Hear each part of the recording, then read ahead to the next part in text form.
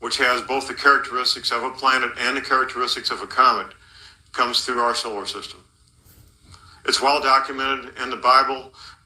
Planet X appears to be fairly well documented around the time of Moses' exodus out of Egypt. When this happens, the following things, all of them can happen, or some of them. Global warming, melting polar ice, rising ocean levels, possibly a pole shift, storms with torrential rains, 200-mile-an-hour winds, meteor strikes, volcanoes, earthquakes, tidal waves, land masses rising from the ocean, land masses sinking from the ocean. And I'm going to go over some of these things in detail.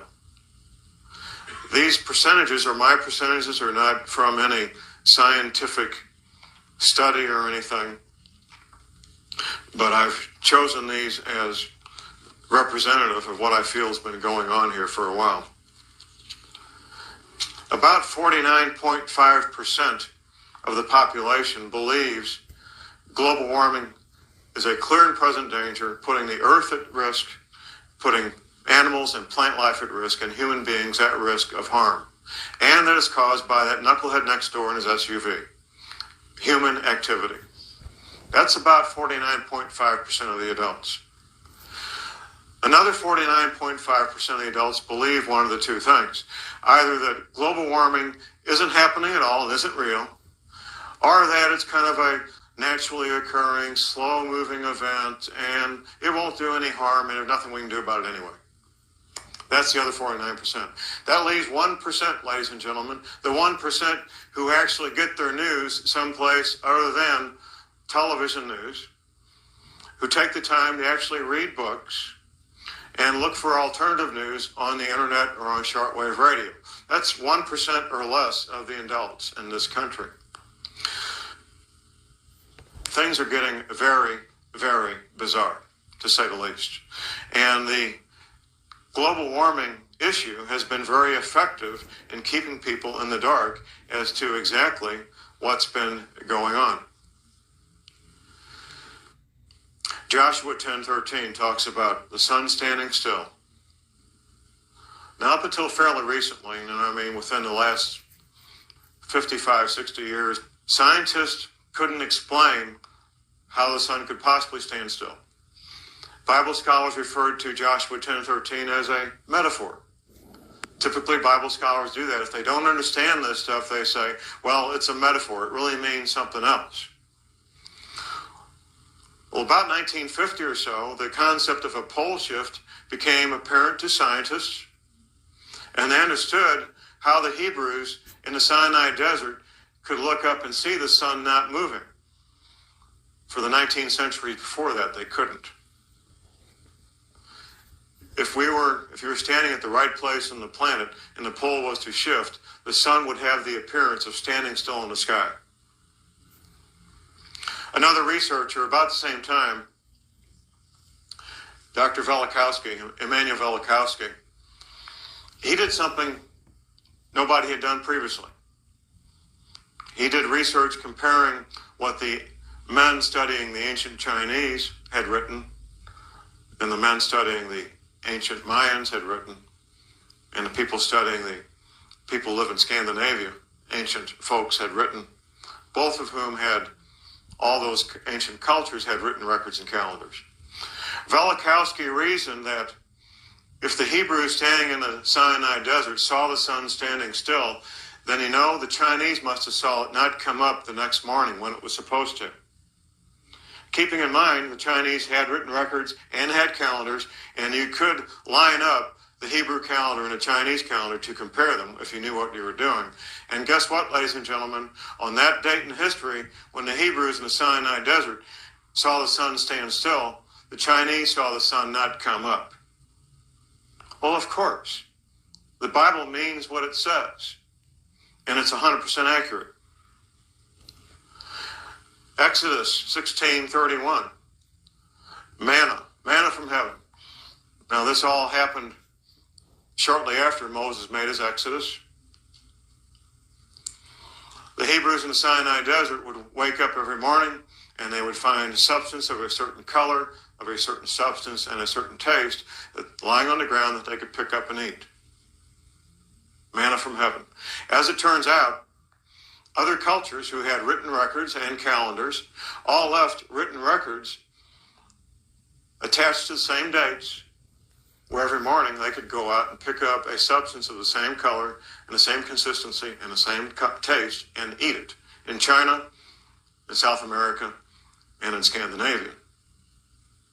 What we believe manna from heaven was carbohydrates in the atmosphere that would condense when the sun hit it. It would fall to ground and you could pick up and eat it. Once again, the Bible being verified by other written records all over the planet of that same substance being there. Isaiah 24:1. Behold, the Lord maketh the earth empty, and maketh it waste, and turneth it upside down, and scatter abroad the inhabitants thereof. That sounds like a global earthquake to me. That sounds like a very good description of a global earthquake. Isaiah 24:20. The earth shall reel to and fro like a drunkard, and shall be removed like a cottage. Once again, ladies and gentlemen, what appears to be an excellent description of a very large global earthquake.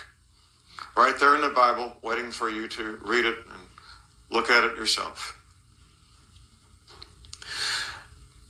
When I first heard this story about Planet X, and I read Hazelwood's book, one of the first things I did was approach a friend of mine who has privileged access to certain government agencies.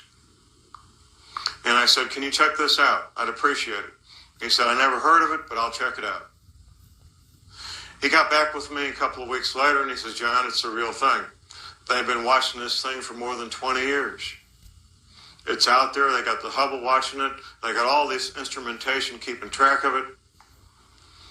It's got a 250,000-mile debris field on either side of it. When I say a debris field, I mean rocks the size of pickup trucks and rocks the size of Rhode Island. Big rocks and little rocks. It's traveling in a cloud of red dust, which means when we finally are able to see it, it'll probably duplicate what was seen by ancient peoples as being a red cross in the sky. The red dust will refract the light and make it appear to be a red cross in the sky. Both my private sources and NASA says that Planet X is 3 to 5 Earth masses large. About 1979, they sent the Pioneer space probe looking for this thing, and here's why. Astronomy uses a lot of instrumentation. They use telescopes in the visible light spectrum, telescopes in the infrared light spectrum, telescopes in the ultraviolet light spectrum, and radio telescopes. They take all this imaging, and this is where astronomy gets down to what's really important. That's mathematics. They use mathematics to determine how big these objects are, how far away they are, how fast they're traveling, how far apart they are from each other. Pioneer Space Probe determined all those things, and they've been watching it ever since. Watching it very carefully. They've determined that this object is on an elliptical orbit. That means it goes way out. And when I say way out, it takes 1,800 years to go out and 1,800 years to come back. Our planets that we're used to, Mars, Venus, Neptune, Saturn, and so forth, they make more or less a circular orbit. Some of them tend to be a bit elliptical, but pretty much circular. This planet has been the object of a lot of government activity, building shelters all over the United States, and they are, in fact, shelters for high-ranking government officials and their immediate families. They're including their adult children and their parents. Every 3,600 years, this object, which has both the characteristics of a planet and the characteristics of a comet, comes through our solar system. It's well documented in the Bible. Planet X appears to be fairly well documented around the time of Moses' exodus out of Egypt. When this happens, the following things, all of them can happen, or some of them. Global warming, melting polar ice, rising ocean levels. It's already happening. Possibly a pole shift. Rapid, drastic climate changes.